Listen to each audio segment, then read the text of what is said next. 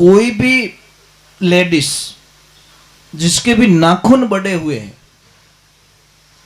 जैसे आप नाखून बढ़ाओगे तो आपके भाई की बर्बादी कोई नहीं रोक सकता।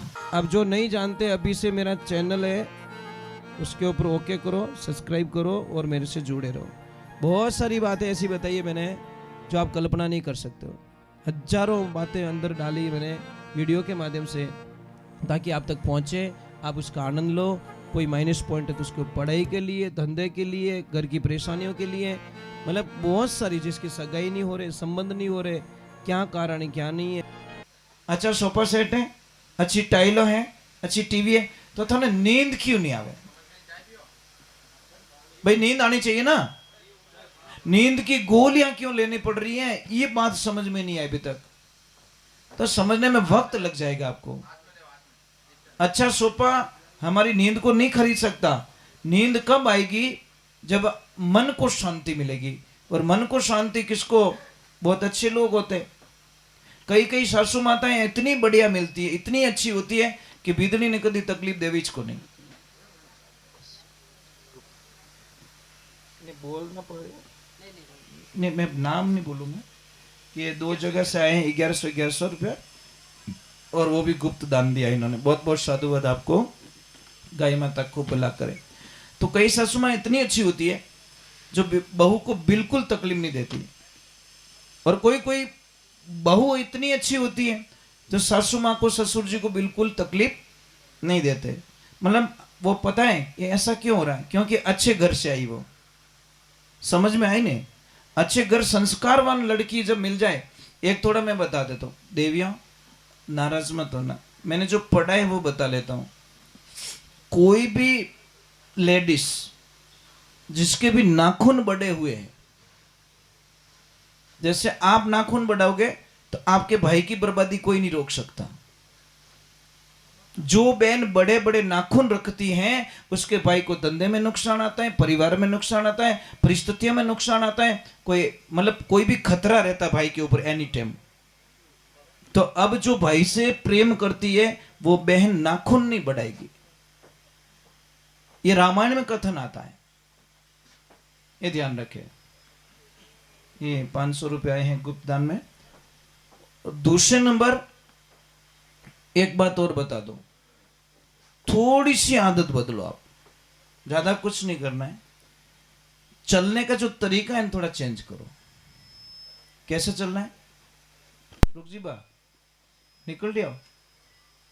मैं आरती कर रही हूँ हरदेव जी, आरती कर दो, ठीक रही, क्योंकि ठेठ आयोड़ा અને मतलब थोड़ा मौसम भी ठीक नहीं है। हाँ नहीं, जो करना चाहते हो गौदान करो, कोई दिक्कत नहीं है, क्योंकि सत्संग तो 5 मिनट भी घनी, अगर पल्ले पड़ जावे तो, और नहीं पड़े तो नहीं, हैंगरात नहीं, पूरी जिंदगी। तो क्या हुआ कि एक कोई सेठ जी थे, जा रहे थे ट्रेन में। ध्यान से सुनना इस बात को, देखो आपको बहुत जल्दी समझ में। तो ट्रेन में जा रहे थे, रुक जी बा भाई जो 5 मिनट, ये 1100 रुपया रुक जी बा की तरफ से, बहुत बहुत साधुवाद आपको। तो ट्रेन में जा रहे तो सामने कोई संत महात्मा बैठे थे। उन्होंने पूछा कि सेठ जी कहाँ जा रहे हो, आपकी दिनचर्या अच्छी लगी, सुबह उठे हो 4 बजे, माला फेर रहे हो, भगवान का ध्यान कर रहे हो। तो वो बोले गुरुजी मैं दिल्ली जा रहा हूँ, और मैं भगवान रामायण पढ़ता हूँ, और 54 साल में मैंने 54 बार रामायण को पूरी पढ़ ली है, मतलब 54 बार पढ़ चुका हूँ। तो यहाँ वाक्य सुनना, सिर्फ 2 मिनट लगेंगे आपको। हरदेव जी बैठिए आप। तो उसको पूछा सेठ जी को, सेठ जी कहाँ जा रहे हो? कि मैं दिल्ली जा रहा हूँ। कि क्यों जा रहे हो?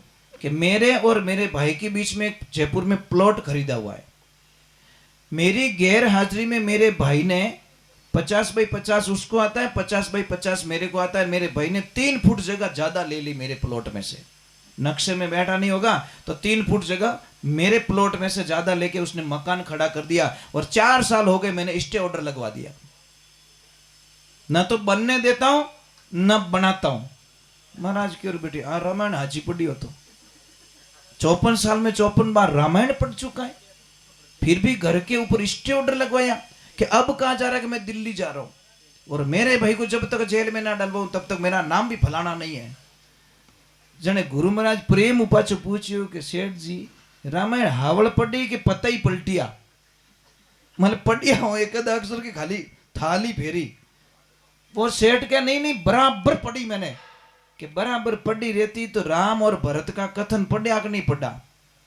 राम और भरत के बीच में लड़ाई तो हो रही है, पर भरत जी कह रहे हैं कि मेरा भाई राम राज्य करेंगे और राम जी कह रहे हैं कि मेरा भाई भरत राज करेंगे। अरे देने की लड़ाई दोनों में चल रही थी, बंदे लेने की लड़ाई नहीं चल रही थी। तो रामायण की धूल उड़ाई रहा बेटी रा बाप, हाची करी तू एकदम ज्ञान हो गया साहब। ये तीर यहाँ लग गया, सबदरी लागी वेशो जाने गाफल कहीं जाने भाई। राम की लागी, लखन की लागी, लागी सीता माई, हनुमान के ऐसी लगी जो कुद पड़ियो जलमाई। एक शब्द की लगी, आंखों में आंसू आ गए और उसने एक ही बोला कि मैं भाई का नहीं हो सकता, दुनिया में किसी का नहीं हो सकता। गुरुजी को प्रणाम किया और बोला गुरुजी मैं अगले स्टेशन पे नीचे उतरता हूँ।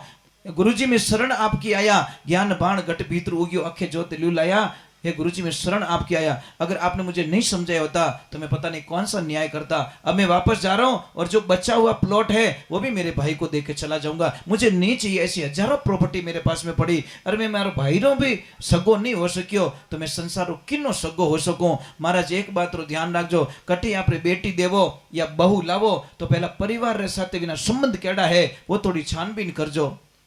समझ में आ रही निविन कर पयो कितो है, प्रॉपर्टी कितनी, गाड़ी कितनी है, वो मत ढूंढना। पहले छानबीन करना कि इन्हें परिवार रे साथे रिश्ता केड़ा है, इन्हें काका रे साथे रिश्तो केड़ो है, इन्हें भाई रे साथे रिश्तो केड़ो है। अगर बढ़िया रिश्तो नहीं रहे तो उन घर की बेटी लई जो मती और उन घर में बेटी दई जो मती, नहीं तो जिंदगी रे मायने आप सुख नहीं देख सकोला। जो आप सगो सगो नहीं रह सकियो वो आप सगो कदी बन नहीं सके। थोड़ा कटी भूंगड़ा कर देला, ध्यान रखजो चौराहे माते कोई मतलब एड़ो आगा गिने नहीं चाहिए साहब, कहीं करो एड़ो का हने कि अपनी सिखाई अपने अपना भाइयों डिवाइड करा दी साहब। मैं एक छोटी सी बात कह रहा हूं, ये बच्चा बेटा इसकी सगाई के लिए कोई आए थे, ये मेरा लड़का है, और आवते ही वो प्रश्न कहीं पूछियो, बड़े पद पे आवते प्रश्न कहीं पूछियो कि महाराज थोड़ा जमीरो वेचा मोटो निवेड़ो करियो कि नहीं करियो। मैं कि थोड़ा कोई ध्यान है भाई,